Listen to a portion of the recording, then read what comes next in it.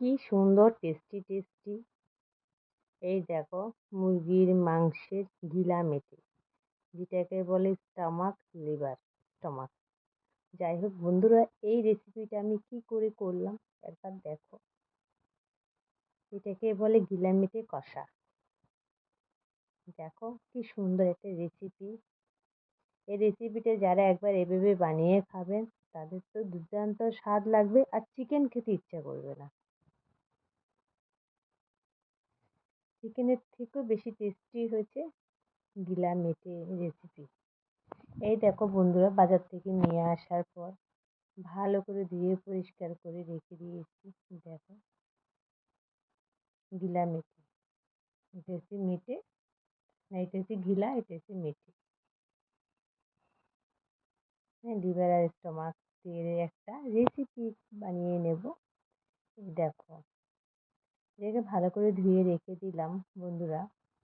তারপর এটার মধ্যে কি কি দেবে জানো? আদা, রসুন, পেঁয়াজ, মানে তোমরা যেরকম ভাবে চিকেনটা রান্না করো, চিকেন কষা করো, ঠিক ওই রকম। খুব টেস্টি একটা রেসিপি। প্রথমে আলুটাকে ভালো করে লাল লাল করে ভাজা করে নেব। আলু না দিলে আবার ভালো লাগবে না, বুঝেছো?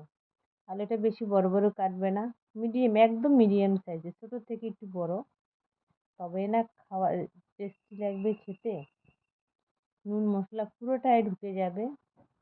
তো বন্ধুরা, একবার এইভাবে গিলামেটে করে খেয়ে দেখো, খুব দারুণ টেস্ট পাবে।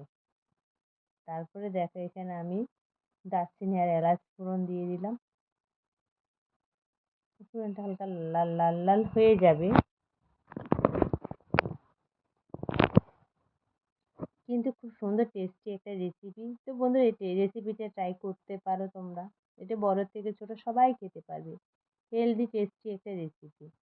পেঁয়াজ দিলাম পরিমাণ মতো, পেঁয়াজটাকে একটু ভাজা করে নেব। পেঁয়াজের ফ্লেভারটা তো যেন অন্যরকম স্বাদ, পেঁয়াজ ভাজা ফ্লেভারটা খুব সুন্দর একটা স্মেল আসে।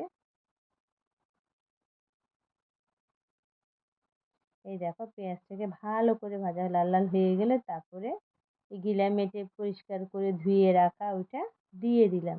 দিয়ে কিছুক্ষণ নেড়ে চেড়ে নেব, দেখবো অনেকটা জল বেরিয়ে যাবে। বুঝতে পারলে? এই দেখো, নেড়ে চেড়ে নিচ্ছি।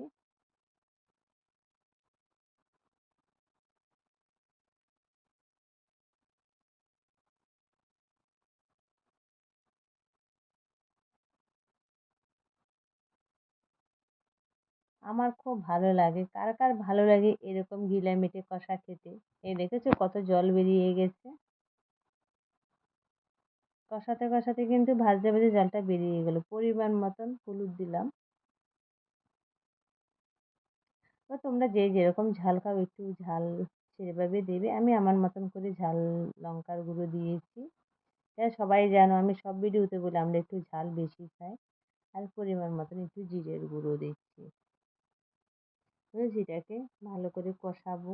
দেখো, সব মিক্স মানে মিশিয়ে নেব সব কিছুর সাথে।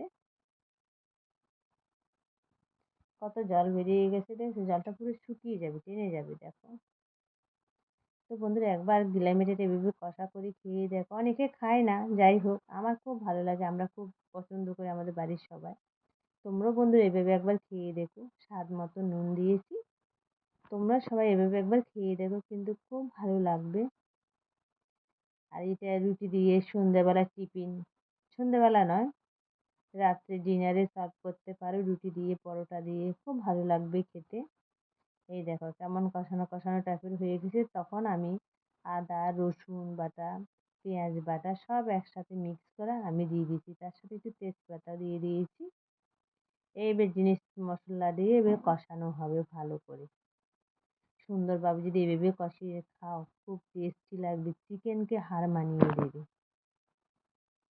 বুঝলে? এই দেখো, আমার কষানোটা পুরো পরিপূর্ণ হয়ে এসেছে। তার মধ্যে টমেটো কেটে দিয়ে দিলাম। তো কার কার ভালো লাগে এই রেসিপিটা দেখে? যদি ভালো লাগে বন্ধুরা লাইক শেয়ার কমেন্ট করবে, অবশ্যই তোমার বন্ধুদের সাথে শেয়ার করবে। এই দেখো বন্ধুরা, আমার রেসিপিটা অনেকটা কিন্তু হয়ে গেছে। আর কি সুন্দর টেস্টি হয়েছে, হেভি হয়েছে খেতে, না খেলে বুঝতে পারবে না।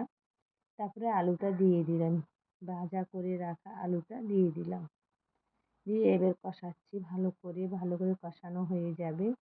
এই দেখো আমার গিলেমেটেটা অনেকটা কষানো হয়ে এসেছে, দেখেছো তেল ছেড়ে দিচ্ছি, কিন্তু তেল ছেড়ে দিলে বুঝতে পারবে যে মানে আমার জিনিসটা কষানো হয়ে গেছে, পরিপূর্ণ হয়ে গেছে।